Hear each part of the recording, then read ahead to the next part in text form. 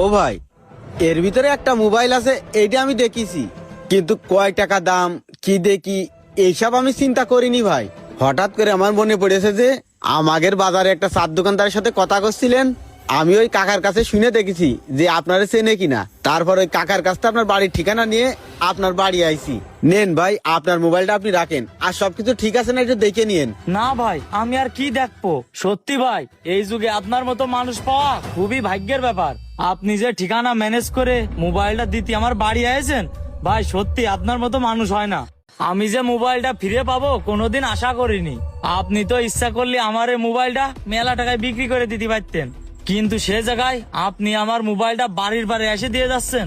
ও ভাই, আপনার এই মোবাইলটা আমি পাইছি, কেউ দেখিনি, আর ওই সময়ও মসজিদে কেউ ছিল না। আমি ইচ্ছা করলে আপনার এই মোবাইলটা রাখিয়ে দিতে পারতাম, এমনকি বিক্রি করে টাকাও নিতে পারতাম।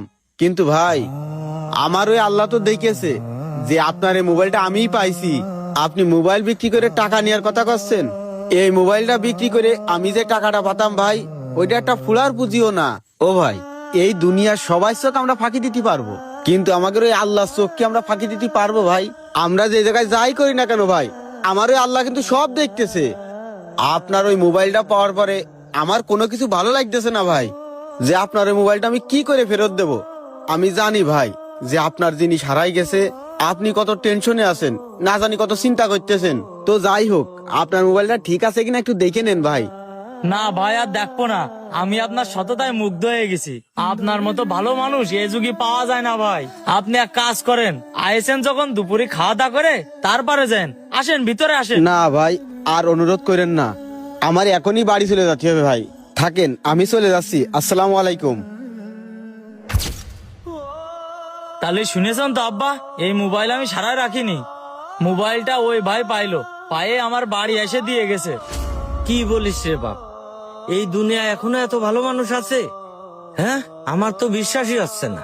আব্বা, এখনো ভালো মানুষ আছে। যদি ভালো মানুষ না থাকতো তাহলে এই দুনিয়াটা টিকে থাকতো না। ওই ভাইটা একজন নামাজি মানুষ, আরো গরিব মানুষ। ওই ভাইটার ভিতরে সততা আছে, আর গরিব মানুষ কোনোদিন লোভ করে না আব্বা। বাবা রে, এই মোবাইলের জন্য তোরে কত কথাই না কইছি। তুই মনে কষ্ট পাইস নে বাপ, চল আমার সাথে, তুই বাড়ি চল।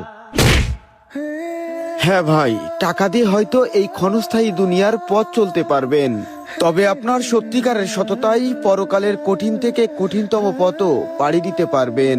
তাই কখনোই লোভ করবেন না।